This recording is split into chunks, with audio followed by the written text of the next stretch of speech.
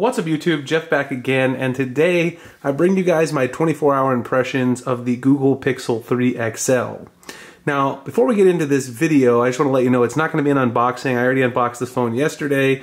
Lots of people have unboxed it on YouTube. I don't really want to waste your time with something you've already seen. I want to give you some of my new impressions, things that you maybe not have heard yet, or maybe elaborate on some things that other reviewers have said that I've noticed in 24 hours.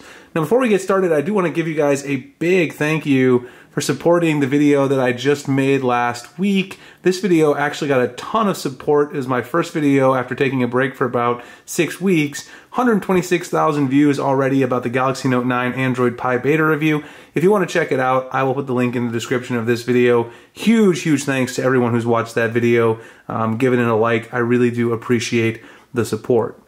So let's get into my Pixel 3 XL impressions after 24 hours. Obviously, you've heard a lot of comments about the size. There really isn't a whole lot for me to say about that because the size is pretty much the same as last year's Pixel 2 XL. There's been a lot of comparisons done, but in terms of the form factor, the way it actually sort of feels, usability perspective is about the same. The texture on the back is a little different. Actually, huge shout out to Spec. I am using a Spec case. They also sent me one of their new grab tabs, which I'm actually going to be posting a little video on Instagram if you're interested. It's kind of like a replacement for those little rings that people put on the back of their phone. Anyway, thank you to Spec for sending this out, but let me take it off really quick so I can show you guys exactly how it sort of feels. The back of the Pixel 3 XL actually feels a bit different than the Pixel 2 XL, of course, because this is all glass. It does have two-tone texture, so the bottom is matte, while the top is that glossy sort of glass that you saw on last year's model, but it does feel a lot nicer in hand, actually. This one feels a lot smoother than my Pixel 2 XL. You still do have the orange power button there on the not pink model. This is actually not my phone, it's my wife's phone. I ordered her the not pink model. I have a black one coming, and I also have a white, smaller Pixel that I think Google actually sent me. They sent me a review unit that's coming next week. Highly appreciate that as well. So the build, pretty much the same. I do like the colored power button. And the not pink color is not obnoxious. As you can see, it's, you know, a shade of like salmon or something like that. It doesn't really look ridiculous. So the overall feel and finish of the phone is great. I don't have a lot to say about that or any complaints. Now, you also know a lot about the software. It's running Android Pie. Same thing that's been running on my Pixel 2 XL for quite a while now. I went through all the beta versions. You guys know I made videos on that. So there's really not a lot new to say about that. You're either going to like the gestures or you're going to hate them. There is a new vibration motor in the Pixel 3 XL, which is way better than the one in the Pixel 2 XL. So you do get really nice haptic feedback. For instance, when you're scrolling through your apps like this, or when you swipe up so that you get into the actual app browser, all of these various actions are accompanied by a really nice haptic feedback. The vibration motor in the phone is much improved. I know a lot of people don't notice things like vibration motor, but when you go from using just a random Android phone to an iPhone or a Samsung Galaxy, you'll notice that. And I think the Pixel 3 XL and the Pixel 3, they appear to be on par with even the iPhone from that perspective, so I really like that. So obviously the software is always a win. You can set sort of a dark mode here, so the settings are always dark. That's what I've done just because I like it a little better. Unfortunately, it doesn't affect the main settings menu. That's a little complaint that I do have. That's in the display options down here where it says device theme. You can do automatic, you can do light or dark. I wish the settings were completely themed too, because I see these dark settings in the quick settings, then I go into the main settings menu and it blinds me. It's a little annoying. But the software, of course, great. You're going to get a lot of updates with this phone. You don't ever have to worry about that. And there's a lot of great software features in here. It has a lot of great software features as well. Earlier today, my wife called and I just tested out the new call screen feature on her. Basically, when you take the call, it says, you know, Google's going to answer the call. It tells the caller that Google's screening it for you, and then what their message is, they say it, and then you can pick up the call or reject the call. It's a very convenient feature. Software features are really what make this phone great, and there's no shortage of those this year on the Pixel 3 and the Pixel 3 XL.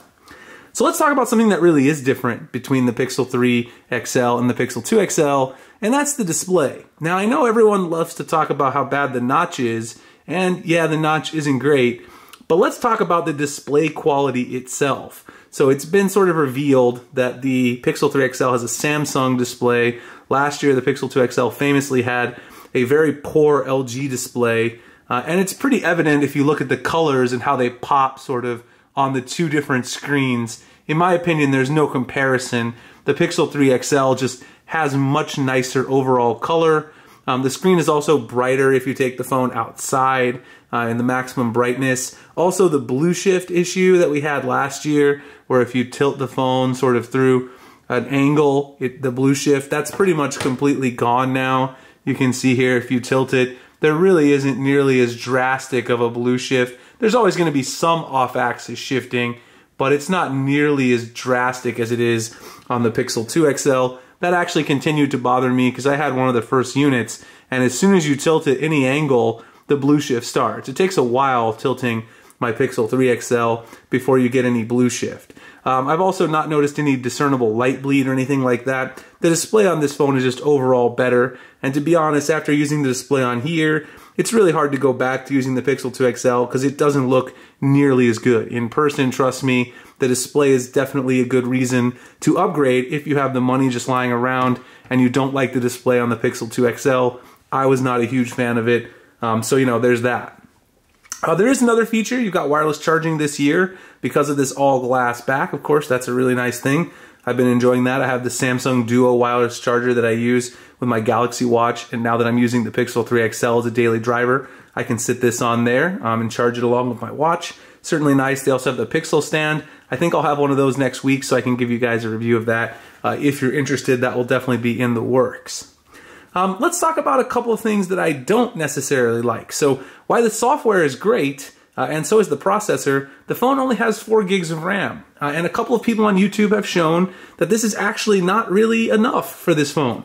It could benefit from 6 gigabytes of RAM. And I really think that's the case after using it for 24 hours. A lot of apps will reload. You can see right there, Instagram reloaded. Facebook there reloads pretty much every time I open it, and it's super slow to open. I don't know if that's just, that could be a Facebook optimization issue as well, of course. And then things like photos, if I have them open for a bit, they still reload. So in my opinion, this is a RAM issue. A lot of people have said, no, it's not an issue, just the apps need to be optimized. Well, okay, but also, if you compare this to the Galaxy Note 9 with the same exact apps, my Note 9, which has 8 gigs of RAM, it just tears through the Pixel 3 XL and dominates it when it comes to RAM management, keeps a lot more apps in memory, and that is annoying if you've used a phone with more RAM. You're definitely going to notice it. Now, if you're coming from a phone that doesn't have more RAM, if you're coming from a phone, an Android phone that has 4 or less, maybe you don't care. But it is definitely something that's there, and it's also something to think about at the end of the day. The other issue that I've noticed as well is that the bottom speaker on this phone is a lot louder than the top speaker. A lot of people on Reddit have noticed this as well. If you play something, when you play the Droid Life podcast, about how fast it was. Turn up the volume a bit, all the way. If you cover the top speaker here, you'll notice that it doesn't really go down in volume. The Nexus 4, yeah, was pretty bad, but the Nexus 5... But if I cover the bottom speaker, you can see it's muffled and the volume goes down drastically. So there's a huge imbalance in the speakers. The bottom firing speaker is much, much louder, and it definitely creates a sort of vibration chamber on the back of the phone that's a little unsettling when handling it. Now, I don't know if this is a hardware or software issue. It does not happen on my Pixel 2 XL, though, which is also running Android Pie. So, of course, that's something to think about. I don't think it's a reason not to buy the phone. Hopefully Google could fix it in software. But it is something I've noticed, and it is a little off-putting if you're listening to media at high volumes, like a podcast or a song from Spotify, something like that.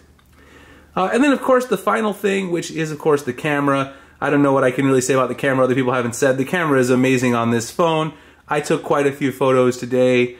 The detail, the processing that they do here, basically with AI, is amazing. Computational photography, just beautiful. Portrait mode, macros, color. No matter what you shoot on this phone, it really, really looks good. Google has really mastered computational photography with only sort of one camera on the back. They don't need 2, they don't need 3 cameras. They only need one camera to sort of achieve the same results that other people are achieving. And now you've got Top Shot, of course. You've got the night mode coming next month. You've got the new zoom feature, which works great. I actually took this photo here. I zoomed in from far away on this particular set of flowers, and it just looks beautiful. Really, hardly any loss of detail if you zoom in. So I'm really impressed with the camera. Of course, we knew the camera would be a reason to get the phone. I'm really disappointed with the 4 gigs of RAM. I think it's really degrading my experience personally. Might not hurt some other people who are coming from other phones. And the speaker is a little annoying, but not really an off-putting thing. I'll have some more things to say about battery life in a full review. Also do comparison to the Galaxy Note 9. I have a Mate 20 Pro coming. A ton of phones coming this month because it's going to get real busy, and I'm hoping to get back in business. Anyway, I hope you guys enjoyed my overview between the Pixel 3 XL, impressions of that versus what I've seen on the Pixel 2 XL last year. If you did, please like, comment, subscribe, hit that thumbs up icon, and also the little notification icon below so you can see future videos like this. You can find me at dopetechdaily.com, Google+, Instagram, and Twitter at the links in the description. I really appreciate you guys checking it out, and I'll see you in the next one. Thanks a lot for watching.